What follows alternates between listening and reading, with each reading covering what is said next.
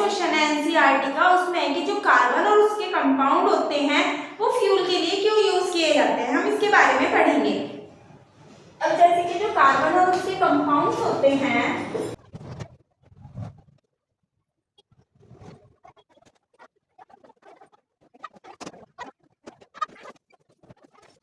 हमारा जो केमिस्ट्री का क्वेश्चन नंबर 9 है वो है कि जो कार्बन एंड इट्स कंपाउंड होते हैं यूज ऑफ फ्यूल, वो फ्यूल के लिए यूज किए जाते हैं, इसके एप्लीकेशन के बारे में बताना है। अब जो कार्बन होते हैं जब उनकी ऑक्सीजन के साथ रिएक्शन की जाती है, carbon and its compound burn with oxygen, जब कार्बन या फिर उसके कंपाउंड को हम ऑक्सीजन के साथ उनकी रिएक्शन करते हैं तो गिव अ कार्बन डाइऑक्साइड, हमें पता है कार्बन की ऑक्सीजन की रिएक्शन करते हैं तो कार्बन डाइऑक्साइड गैस हमें मिलती है, and release heat and light, और वो ज्यादा अमाउंट में हीट और लाइट को क्या करते हैं, रिलीज करते हैं।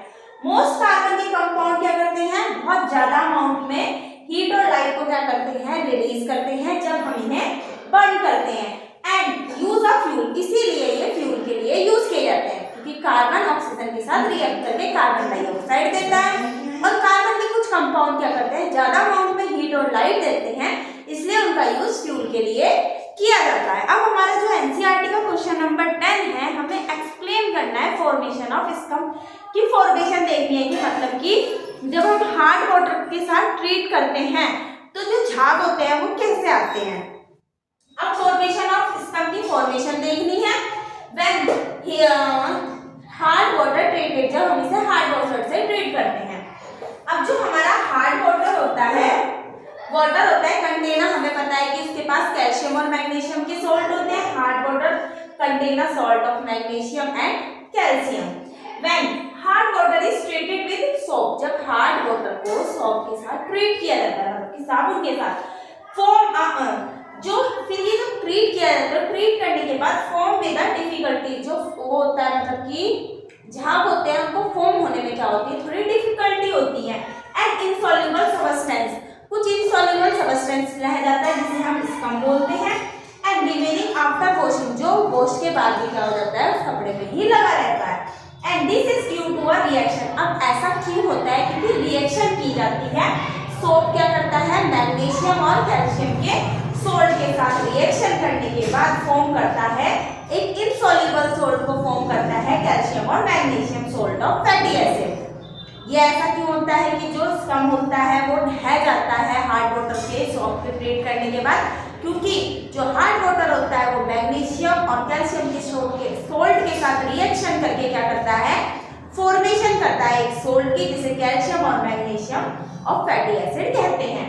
ये क्या है, C17H35COONA, ये हमारा सोडियम का सॉल्ट है, सोप है। मैग्नीशियम क्लोराइड के साथ इसकी रिएक्शन कराई गई, जब इसकी सोडियम सीट्रेट इसे कहते हैं, इसकी रिएक्शन मैग्नीशियम क्लोराइड के साथ कराई गई तो ये यहाँ से NaCl निकल गया और Mg इसके पास आ गया। ऐसे ही सोडियम की कैल्शियम क्लोराइड के साथ कराई गई तो कैल्शियम आ गया और रह गई। ये जो है ये इनसॉल्युबल सोल्ट होते हैं, इसीलिए क्या होता है, हमें स्कम देखने को मिलता है। अब हमारा जो एनसीईआरटी का नेक्स्ट क्वेश्चन है, why change will be observed when you test a soap with a litmus paper, जब हम सोप का लिटमस पेपर से टेस्ट करते हैं तो हमें चेंज देखने को मिलता है, ऐसा क्यों होता है। क्वेश्चन नंबर 11 है वो है what change will do you observe, कौन से चेंज होते हैं जो तुम ऑब्जर्व करते हो if you test soap with a litmus paper, अगर हम सोप का टेस्ट लिटमस पेपर से करते हैं तो हमें कौन से क्या चीज हमें ऑब्जर्व होती है। अब जब हम सोप को ट्रीट करते हैं रेड लिटमस पेपर के साथ तो ये टर्न हो जाता है ब्लू कलर में, और ये ब्लू कलर में अगर रेड लिटमस पेपर टर्न होता है तो ये क्या बताता है कि वो क्या है, एल्कलीन नेचर है, मतलब कि जो हमारा सोप है वो एल्कलीन नेचर है। क्वेश्चन नंबर 2 क्या है हमारा, what is a hydrogenation reaction, hydrogenation क्या होता है ये बताना है। इंडस्ट्रियल एप्लीकेशन, हाइड्रोजिनेशन का मतलब क्या होता है, हाइड्रोजन का जुड़ना। अनसैचुरेटेड जो कंपाउंड होते हैं, मतलब कि जो डबल बॉन्ड और ट्रिपल बॉन्ड होते हैं, उसमें निकेल कैटलिस्ट की प्रेजेंस में जब रिएक्शन को किया जाता है तो हाइड्रोजन जुड़ जाते हैं और वो सैचुरेटेड हो जाता है, मतलब कि सिंगल बॉन्ड बन जाते हैं। डबल बॉन्ड क्या बन जाते हैं, सिंगल बॉन्ड बन जाते हैं। जो हाइड्रोजिनेशन होता है, एडिशन ऑफ हाइड्रोजन का एडिशन करते हैं। अनसैचुरेटेड हाइड्रोकार्बन होते हैं प्रेजेंस ऑफ निकेल की या फिर प्लैटिनम की प्रेजेंस में, कैटलिस्ट की प्रेजेंस में ये रिएक्शन करते हैं and form a saturated compound. क्या फॉर्म करते हैं? सैचुरेटेड कंपाउंड को ये फॉर्म करते हैं। जो हाइड्रोजनेशन रिएक्शन होती है इसका यूज किया जाता है जो हमारा वेजिटेबल घी होता है, फॉर्म अ वेजिटेबल ऑयल से, कॉटन सीड ऑयल से, मस्टर्ड ऑयल से, कंटेनर डबल बॉन्ड जिनके पास होते हैं। अब वेजिटेबल ऑयल होता है, हाइड्रोजन के साथ रिएक्शन की जाती है निकेल की और 473 केल्विन टेम्परेचर में, तो ये क्या बना देता है? हमारा वेजिटेबल घी बना देता है या फिर अदर और भी बहुत सारी चीजों को बना देता है।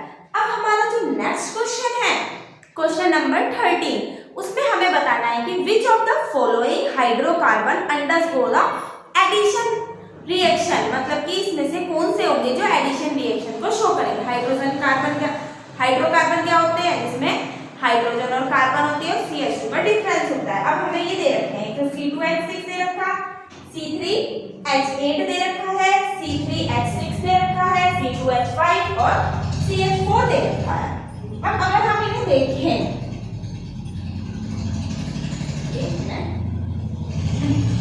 अब देखो ये है C2,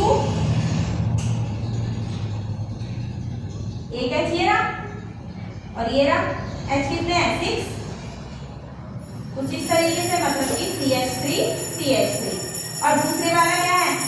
CH3 CH2 CH3 8 हो गए, तीसरा क्या है? 6 है, CH3 CH ये 6 ही है, मतलब कि यहाँ पे क्या होगा?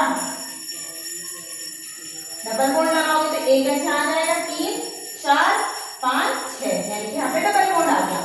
ये पहला है, ये दूसरा है, ये तीसरा है। चौथे को अगर हम देखें C2H5, मतलब कि CH3 और CH2, और ये देखें तो ये तो नॉर्मल मीथेन है। अब हमें देखना है कि CH2 का डिफरेंस कहाँ देखने को मिला। देखो ये है और ये है, मतलब कि ये जो दोनों है हमारे C2H6 और C3H8, ये क्या है? हाइड्रोकार्बन है जो एडिशन हाइड्रोकार्बन रिएक्शन देंगे। अब इसके बाद C2H2 है। अब C2H2 का मतलब क्या है? ऐसे है।